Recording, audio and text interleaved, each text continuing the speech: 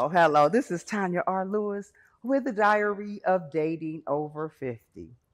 Y'all see who's sitting next to me. My seat gonna be hot tonight. We have Terry T. Miles. You know what? When I looked up Terry T. Miles on Google, you know what it said? It said Terry T. Miles is compared to Tyler Perry because when he get ready to sit down at the table, he don't wait for nobody to invite him. He make his own table. That's what I read Hmm. on Google, y'all. So tell us a little bit about your upbringing, first of all. Let's start there. Pretty much young guy from out of Washington D.C., Southeast Washington D.C. I had the normal story, typical like everybody else. Coming up in, in the projects. Coming out of a household with all women, mother, grandmother, and sister. So turned to the streets to look for that father figure, and I got what I was looking for, um, which ended up, I say probably from 1985 to 1990, I probably seen three Christmases on the street. Um, as a juvenile coming up and then graduating to an adult, you know, I ended up getting sentenced to 20 years. Ended up doing 10. Hmm. Ended up doing 10 of it. In one of the most dangerous prisons in the world, which was Lorton, which was shut down next to Alcatraz Hmm. because it was ran by the inmates. Yes. I just being in maximum security for 2 years behind the wall and going to other federal prisons. I just made a promise to myself when I got out, I was going to pretty much, use my mind to make money legitimately Hmm. than I was in the streets. And so far, when I got out in '99, May 13th of '99, I just turned to this entertainment industry. Okay, let's put a pin in that. Let me ask you this. Mhm. When you were young, were you going in and out of juvenile? Oh yeah, yeah, Okay. yeah. Okay. I have a son that also he did 11 years and his first stint I had to put him there because they were going to kill him on the street. Right.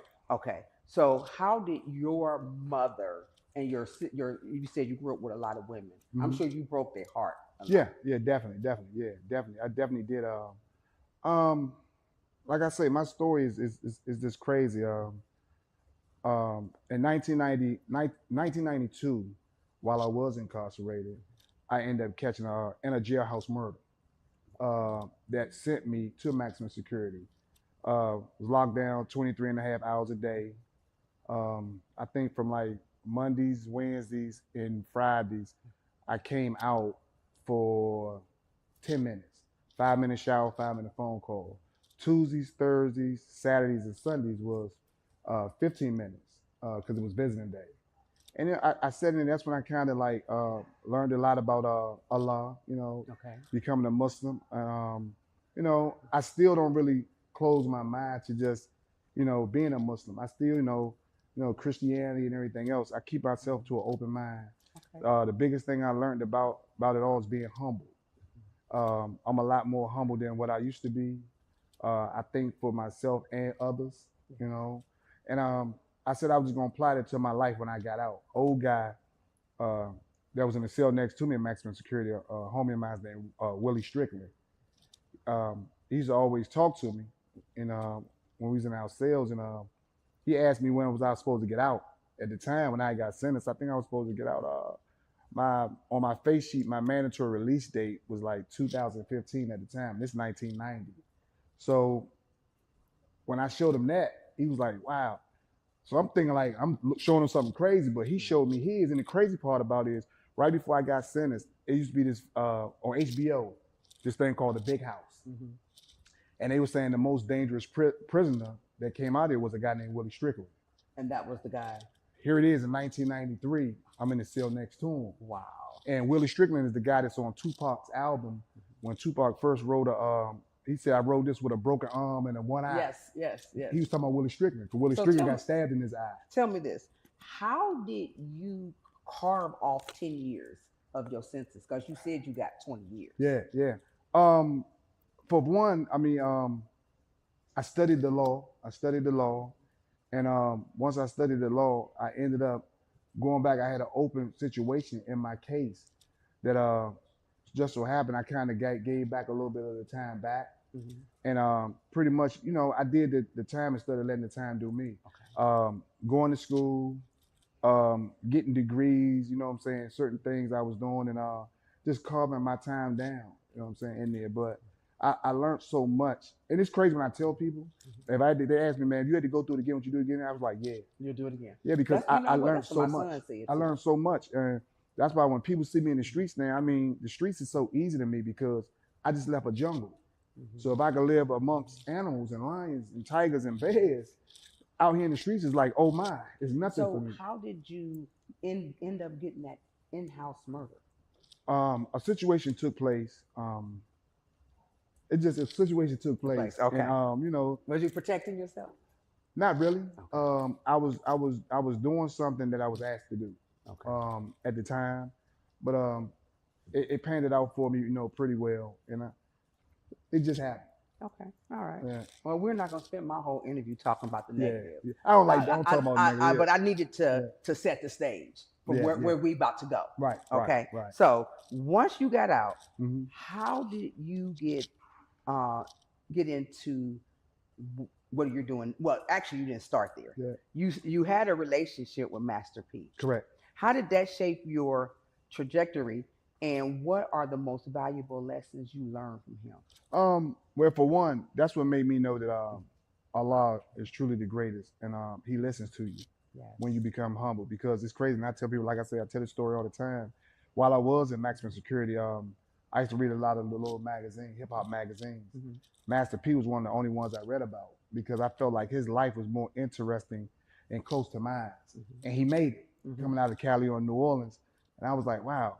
So when I finally went out on maximum control movement, out on the compound where I could see TV, I actually seen this video about You seen that it. video? Yeah, and I was like, damn, I said, I like that dude. You know, he was in the project with the bat on his shoulder Yes. and the whole neighborhood out, you know. I I was like, love Master wow. I was P. like, man, I Yes. like that dude. You know what I'm saying? Mhm. I said, man, I like to meet that dude one day when I got out. So when I finally did get out, it was another guy from DC who had got out before me. And he told me, man, when you get out, I'm going to look out. He looked out. He took me to the comedy club. And when I say I was going to enter the industry, I didn't know what to do because I couldn't rap Wait a and I couldn't minute, but sing. you did stand up comedy Right, too. right, Okay. right, All right. right, let's So go. I couldn't rap, I couldn't sing. So I was like, damn, what could I do? But I've always been good at joning on people. Mhm. You know what I'm saying? So we went to the comedy club, and I ain't gonna never forget. Marlon Wayne was doing his stand up Mhm. performing, and DC is a real hard city because Yes. we don't So- care about entertainment people. We don't care about rappers, none of that. Our Mhm. coach is go. So my guy was like, man, you can get him, get him. So I had been drinking, so I jumped out, and he was like, hey, it don't count back there, it count on stage. Come up here, whatever you say, what you gotta say. Joe Claire was the host, Red Oh, Grant. all the good stuff. Yeah, you know, all them out my neighborhood. So they gave me the mic. I went up there, and me and Marlon went at it. Of course, you know, that's my city, so they can ride with me. Right. But they gave me right. their little nickname is Drunk Man. Drunk You man. know what I'm saying? So by that time, the club owner had asked me, man, won't you come back, man? You know, do you a little night? I think you got something. So I started coming back, and I started hosting, and I started bringing a lot of other comics in because Tacoma Station was like the Apollo, Mm-hmm. but it was just comedy. Real hard. Like if you wasn't funny, people in the audience would come up on stage and push you off the Oh stage. my. So a lot of people got pushed off, and I seen a lot of comics cried. But you know, guys like Bruce at the time who was just Yes. coming up, Yes. they held their weight. Mhm. You know, so I ain't gonna never forget the one guy came to me with Dominique. She's a comedian now, and she went to Yes, I school know. with me. Yes. Dominique was like, "Hey, Head," because that's what they called me, Young Head. They was like, "Hey, I got my homeboy. He want to come on stage. Can he get a little time?" I said, "Hey, is this nigga funny? Because if he ain't funny, they gonna let him have it." And she said, "No, he funny, but he's doing impressions." I said, "All right, I'll give him a couple minutes." Just so happened it was Mike Epps, because Mike Epps Wow. and Dominique was staying with each other in New York right before he had did Fridays, the casting for Fridays. And Mike went up there and he killed. And you know, I started meeting Kevin Hart and everybody else, and Yep, I I seen that. started sliding through where I got to the point. I just cut the middleman out. I never wanted to be a comedian. I just wanted to get in the industry. Okay. So I used that as a platform coming in because I'm a hustler. And I went in, and now I start going to their cities, doing their shows. And when they would come to DC, they would do mine. So it kind of gradually going on tours and end up doing BET Comic View. And I ended up meeting AJ Johnson, play Ezel on Fridays. Right. Did you ever meet Russell Simmons? I haven't met him, but I've been in the same room where he was at. You know what I'm saying? I still had that, and you know that's a bad thing I felt about me because coming out of Washington D.C., we had a stigma of I don't care who you are, I'm bigger than you, so I ain't gonna say nothing to you. But people not knowing that hurts you. Yeah. Because if I would have just been who I am now and went up to him and talked, I probably could be bigger than what I am now. Yeah, because I knew Russell personally. I had the largest black-owned stores in the city of Cleveland, Yeah. urban stores, and I carried Fat Farm and his ex-wife's Baby Fat Kimura. I carried Yeah. that line as well, Yeah. and I spent time with them when I used to go to Magic Yeah. in In Vegas, the Magic Yeah, show. Yeah. and we were one of his one of his highest selling stores in Yeah. Cleveland. So I got to spend a lot of time with him. Yeah. And that's what I try to use what I've been through in my life with the young guys that be around me. That you know, be humble. Be humble. You know, don't let where you come from keep you down because it can keep you down forever. You see what I'm saying? Yes. If I would have just had this stigma as I have today and went and talked to him, like I said, you never know what might have happened. Yeah, I can see how humble you was when I went to that award show and I was sitting over across from you guys and I was watching. I was like, you look like the Godfather. Everybody coming up, Nah. shaking his hand, but he is real smooth. He's not too boisterous, too moving too much. You know, so it captivated the room because I had to come over there and introduce myself. Yeah. You know, so tell me this: how did you get from comedy to now we're doing movies now? Like I said, me meeting AJ Johnson, God rest his soul, man, my brother. I miss him so much. He took me under his wing and took me on the road with him because a lot of people didn't want to do stand up with him because he was too rowdy. Okay. So it was right up my alley. I love rowdy crowds. So one day he just said, hey man, I'm gonna call P. So, you know, I'm thinking like AJ lying. So he called P and put me on the phone with P. And P was like, hey man, Jay tell me a lot about you, and I seen you on Comic View. You the kind of comic that I like. He's like, can you write a stage play? So me, I'm like, hell yeah, but all the time I ain't know a damn thing about stage play. But once again, me being a hustler, I'm not gonna turn it down. So what stage play did you write? Uncle Willie's family. Uncle Willie was about. It was about Uncle Willie when Hurricane Katrina had hit. Everybody ended up moving to Uncle Willie's house. So it was more of a comedy. It was more like a gospel comedy. Because actually the cast was actually supposed to be me, P, Rome, DMX, Reverend Run. Okay. Because it's supposed to be the first hip hop gospel stage play P was doing. Have they ever did that? I don't know if one. We actually stage play. No, that's never really been done. Yeah. No, not to that degree. We actually took it on the road, and I wrote the character to be AJ, you know, and people like this. Now I want you to do it, and I was like, huh? I don't know. Stage play. I'm not doing stage play. Plus me playing an 80-year-old man. At the time, I'm like 30 something. So I'm like, I don't know. I could do that. People say, nah, you can do it. And I actually did it. And we actually took it on the chicken circus, and everyone sold out. And I actually did very good. I actually did very good. Well, I watched you in your movie. Yeah. His and her. Yeah. I watched that. Yeah. And you were rowdy. You were. Yeah, I mean, I was having fun, you know. But I mean, it was good. Yeah, I enjoyed it. I was having fun. I said, let me watch some of these movies before I interview. When you got good chemistry with another actor, what it do? It brings the best out you. And y'all had good chemistry. Oh man, I love the main character. Yeah, and a lot of things. A lot of people don't know. A lot of the stuff me and Spencer actually improv right then, and it was more improv than some of it was, and a lot of stuff. That's what I say. Anybody that acted in a movie with me, I tell them, man, you got to be on point because even though I might have wrote it, I don't know what I might do at that time. Right. And a lot of stuff I did, and I was thinking that Spencer was going. And you got to catch up. You got to. But he never missed a lick, so we never had to retake it. So without a lot of stuff I did, he stayed in character the whole time and came right back just like that with it. Okay. So I mean, you know, and that's good. You know, I want the actors around me to learn, and because I play real hard with them. But if you can't get past me, you can't get past Hollywood. Yeah. So tell me this: why are you doing all of the directing that you're doing? Because you stay busy. Yeah. Okay. Do you think you stay busy because you don't want to commit to a relationship? Let me tell you something. Tell me. when it comes to a relationship and this right here, this is my relationship. That's your relationship. Any woman that I deal with have to respect this come before her Hmm. because it was already there before her. Right. And I'm not gonna let her stop it. Okay. So either, you with it or you not. That's why a lot of times the relationships I have been in, I try to bring them in. You know what I'm saying? Because I love this so much. I don't know nothing else. This is my A, B, C, and D. There's nothing else after that. Okay. You know what I'm Are saying? you in a relationship now? No. Just this. That's it. Yeah, this. And multiple other women. Okay. No, So, no, I'm not. No, I'm not. No, I'm not. so will you ever get married? Will I ever Have you get been married? Have you been married? No, I've never been married. Never Ooh, been you've been married. a runner. No, I ain't gonna lie. I have been married once. I got married when I was locked up just to have sex. So back then they was giving consular Yeah, visits. yeah. So you got married Yeah. just so you could have sex. Yeah. I did, but it don't count until you out. After that, you get a normal and it's over. You know what? That was my daughter's mother. Though. Shout out to her. I love her to death. Though. Okay. Yeah, I love her to death. All right. So you already told me how you kind of navigate through Yeah. that. Um, I don't want a relationship right now. yeah. Because there's too many people depending on me, and if a woman don't understand that, we're not gonna work.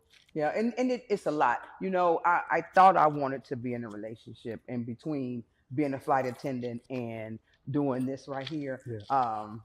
You got to fit in. Yeah, it's not gonna And make most sense. guys say, well, how am I going to date you? Where am I going? How am I going to see you? And that right there. Then I think about it. I say, you know what? I probably don't even need to be in a relationship right now. Yeah, you You don't. And plus, we love what we do. Yeah, exactly. And I was just having a talk Yeah. with Spencer the other day, and I think, man, I done dealt with so many women it wasn't right to. I think karma's spinning the block on me. So I'm sure. yeah, now it's hard for me to even get a woman. Because of the. I just feel like karma's like, nah, man, no, no, you can't have them. Get you together. Okay, so yeah, that inside work is Yeah. important. Yeah. So tell me this: what do you look for when you're signing new artists to a label, and how do you help them develop their careers? I see how you are with Spencer, and that was one of the reasons I came over to the table because I seen him, Trouble, and you, and how y'all was gelling over there. How do you pick new artists? To be honest with you, it's I guess it's like a gift that I have. Once I see a lot of people come to me and tell me they're ready, and I listen and I hear them out. But I have to feel it. I look for them being very ambitious. I look for them to be humble because if you can't listen, you can't learn. You can't learn, you can't achieve nothing. And I just see what I can see whatever they got in them to where I could bring it on screen the way they don't have to really work hard to overdo something. Because a lot of actors who haven't had classes, as Spencer Moses always tell people, classes, go to class. It's gonna be hard for you to be able to do anything. A lot of people feel like because you have this personality, you can go and just kill it. Do you think artists need to go to class? Yes. You do? Okay. And I mean, the only reason why I stress that because you got to understand, acting is not just your personality. It's things in a dungeon inside of you you have to unlock and bring out. Right. And if you don't know how to unlock that door, you're going to look horrible on camera. Yeah. You know what I'm saying? The only reason why I don't really attend classes like that because I'm the boss of my own stuff. That's true. Whatever I choose to do and what not to do, I don't care. Okay. So, I mean, but I don't want to put what I got on me on you if you're not doing it this way because it'll hurt you. Yeah. So how do you navigate being a filmmaker, director, and writer? How do you navigate through this maze in Atlanta, which is supposed to be the new Hollywood? I don't get with them. You don't. I don't get with lanes out here. I create my own lane. I'm not pressed to be with you. I'm not pressed to do none of that. So whatever I want to do is something I want to do. I don't have to go to castings and I don't have to do that. I create my own. I'm my own God. So that's how I maneuver through Atlanta. You got to think when I came to Atlanta, when nobody doing films but me and William Packer. Tyler Perry wasn't even here yet. Right. So me seeing a lot of people doing their things now, I salute them and I'm happy for them. But as far as me getting with them, I don't need you, so I don't get with you because a lot of stuff out here is fake and fraud. And like I said, so many people depending on me. I don't want to lead them in no wrong direction. You know what I'm saying? Doing a whole bunch of films out here is not always good. You know what I'm saying? The best thing out here is, man, you getting with someone that's concrete, that's going to lead you in the right direction and help motivate you to get where you need to be. Okay. So do you have children in the industry? No, I won't let my kids You in the won't let your industry. kids be in the industry? No, my son, he plays professional basketball across seas. I'm proud of him, Shamari Miles. Mhm. And my daughter's an FBI agent. They good. Wow. Yeah, they good where they at. Okay. Okay. I don't even want them in this. Wow. It's a devilish industry. It's a devil's thing. Yeah. Um, what qualities do you look for um, if you had to be in a relationship? What qualities do you look for in a woman? Loyalty. Okay. You have to have. You got to be loyal. You have to be that, and you have to have a high confidence in yourself. Mhm. I can't be with a woman who is still fighting insecurities, because what I do out here now, it's a lot of women around, Mhm. and if Yeah. you're not strong enough mentally, it's gonna damage the whole relationship. Because I seen boobs all over you at the awards show. Every time I Oh, turn they love around, me. They love somebody me. was They love me. they were love me. pressing. You know, they love, but you know what? I still try to respect them Mhm. to a degree. Like I say, I don't try to use what I have to get what I want from none of them. You know what I'm saying? So a lot of times, if I'm gonna deal with a woman, she ain't gonna be a woman really in the industry. Yeah. Because I want you won't to deal want me with for me. someone in the industry. Nah, I'm cool on that. If that was the case, I have 101. Why won't you date someone? Because they know Nah, they know what you go through. because you know what? Dating a woman in the industry and you going home with her, one thing I've learned right now, you're gonna never have no peace, because y'all talking about the same thing inside your home. I want someone differently now, because what I've learned, that I could talk about her day and I could talk to her about my day, and we can work on each other. If we both doing the same thing, coming in the household in the bed, that means the enemy is gonna be inside the house. Okay, I understand. Okay, so let's switch to this. You are getting ready to do this. You taking over Carnival. Okay, Yeah. we're about to take over. You and Tubi and Lex Entertainment are about to take over Yeah. Tubi. Yeah. How did that come about? Well, people got to understand, like I said, before I left Washington, D.C., and you can Google all this, I've always been throwing cruises. I was doing comedy cruises. The first one to bring Brudman, J.B. Smooth, Michael Blackston, everybody to D.C. on comedy cruises. So now when I came to Atlanta, like, this is my 15th cruise I'm doing. And right now, it's just, like I said, I just did one Valentine's Day. I do another one May 3rd with the whole DC. I'm doing that Tubi one, and then Is this another your first time doing your Tubi one? This is the first time, yeah. This is the first time doing that. Yeah. So will anyone from the industry with Tubi will they be there? Oh yeah, I got the whole Detroit coming. I got the whole Detroit, Spencer Maurice, Trouble. I got a lot of people coming on this cruise right here. You know, and the crazy part about it is it's selling so fast. It's one of my most sellingest cruises ever. Wow. All the suites are already sold out. I know it because I got to be in the dungeon. Yeah, see, you in the dungeon. Yeah. But you on it though, so you'll start. You on it, but Can you'll I start. share your room with you? So I know you got a penthouse. No, I ain't got to be your girl or nothing. I don't really. No, I don't have no penthouse. Like I say, I bet you got the top suite. I ain't gonna say that either. Uh-huh. I ain't gonna say that either. But I'm gonna have fun. But the thing is, I'm not looking to be in the room. Yeah. I'm not looking to be in the room. So set the scene for me. How's it? I mean, I can't wait because I got some European cut bikinis I'm ready to throw on. I've been working out hard, eating less. Oh, I'm bringing it. At 61, I am bringing it. Come on now, you ain't 61. I am 61. Yeah, you gonna bring it there? Okay, Bo Dirt. Okay. So set the tone. What is it gonna be like? Because this is a must go to. Yeah, it's definitely a must go to. Like I say, Spencer Maurice, he's already set up the big hotel on the beach.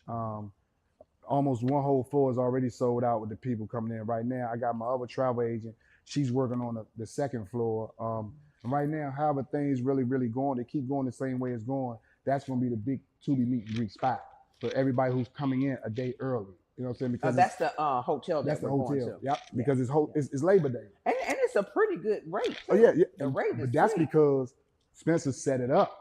Because that regular hotel is really $700 to $800 a night.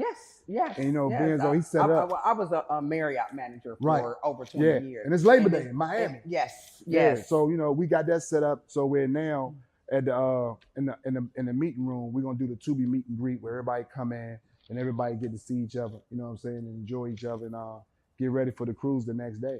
I'm really excited about it. I had to put it's gonna be good. It's gonna be good. Very high rate credit card, but come on, man, cut it out. You got it.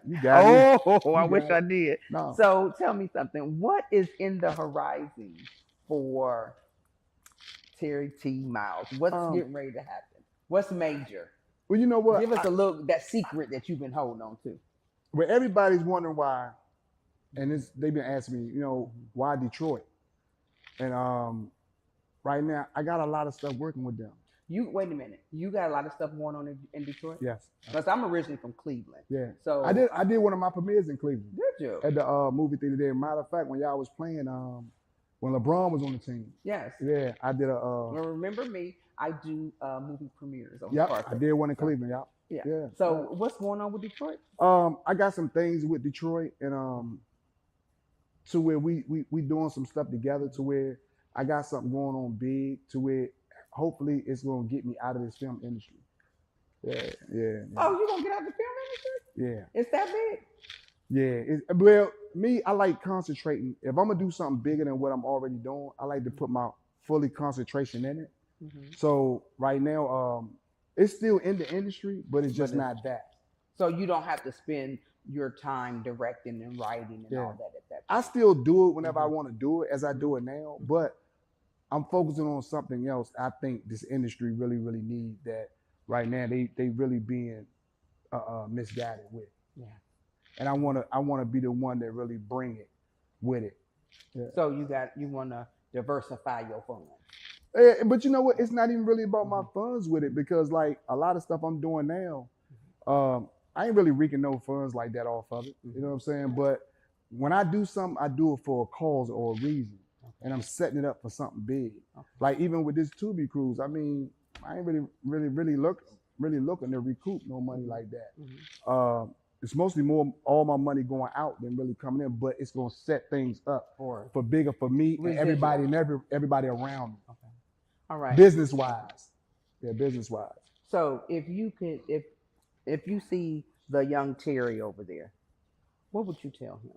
Because so my son kind of went the path that you went. Right. He went to jail. I mean, he was in the streets. He was Yeah. terrorizing. He founded a gang. He did all that, and he went to jail. And I kept telling him, "You're gonna end up in big boy jail one day," and that's what Yeah. he did. He ended up doing 11 years, and then he became Muslim as well. Yeah. Okay, so if you got a Terry sitting over there, what would you tell him? Be blessed because you made it. Be blessed. Be blessed. It's nothing you should ever worry about, or it's nothing out here in these streets that can ever bring you down, because people met you on your page, but they don't know your book, and you made it. So that's why I'm so humble now. So give him something. What was that turning point in your life that say, okay, no, this is not. I say probably about 3 years ago when I laid on the hospital table and they told me you got a 50-50 chance of living. And I still smiled and went through it. And they say it's gonna be an 8-hour surgery, but I came out in 4. And I'm still big and healthy now, and I'm still Did you here have to a this heart day. attack? No, I had a triple Well, bypass. you I might had a be triple big, but you bypass. sexy, Terry. Oh, I know. Let I me know, go I on know. it Stop. Come on, and man. lay that on you. Okay? Stop. Stop. Well, we women, we like big and sexy. I don't know what you're talking about. Yeah. You know. So, was it a heart attack? No, I had a triple bypass heart surgery, Wow. and but I'm just happy I made it. Yeah. Yeah, Yeah. because my valves was closed, my arteries was closed. And you don't drink or? Now, well, I drink occasionally, but I don't smoke, I don't eat meats, I don't do none of that. Okay. Yeah. Okay. All right. So Yeah. it has been an absolute pleasure. Y'all don't know this man was amazing, because when I asked him to be on my show, he said yes. And I don't come to everybody's show. Right. I didn't have to. I don't. Was it my smile or was it this banging ass body I got? Which one was Bam! it? It was both. No.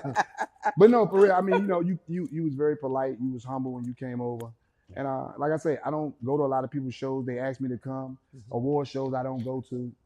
Mimi is the only one I really went to. Yeah. But I'm not really into that. I just like to see my people around me happy and cool. Yeah. I'm good with that. And your people is definitely happy around you. Yeah. I love your people. So Yeah, I'm cool. Trouble always calling me, giving me advice. Oh yeah. Oh, absolutely. We Trouble my next big thing. Yeah, we talk quite often. Yeah. That's my next big thing there, man. All right, can't wait.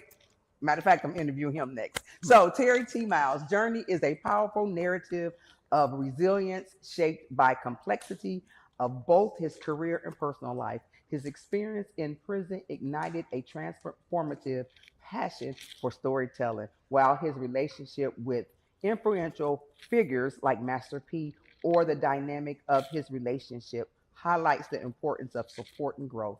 Miles' candid reflection on intimacy, love, and personal challenge reveals a deep understanding of the human experience, emphasizing that every decision and relationship impacts our past.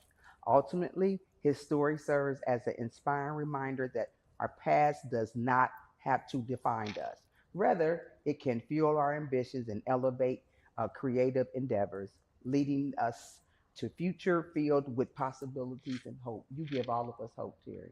And I appreciate you sitting in my chair with me. I appreciate All that, right. man. And if you ever decide you want a girlfriend, I'm single. Okay. You single? Good. Not if trouble. If I put trouble on you, ain't single.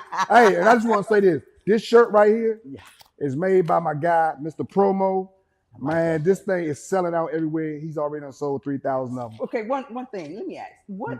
Okay, I should have left your bitch ass behind. Yeah, Harriet tell me. So the ones that get on your nerves. Once they get on my nerve, I feel like Harriet tell me I should have left your bitch ass behind. I like that shirt. Yeah. Y'all see that shirt? Okay. Y'all inbox me. I'll get you to Terry if Mr. y'all want Promo. one. Yep. Yes. All right. We thank you again. Thank you for joining me again. I love my audience and look forward to seeing this on YouTube. Y'all know where to find me. Again, this is Tanya R. Lewis with the Diary of Dating Over 50. Thank you for having me. Thank you.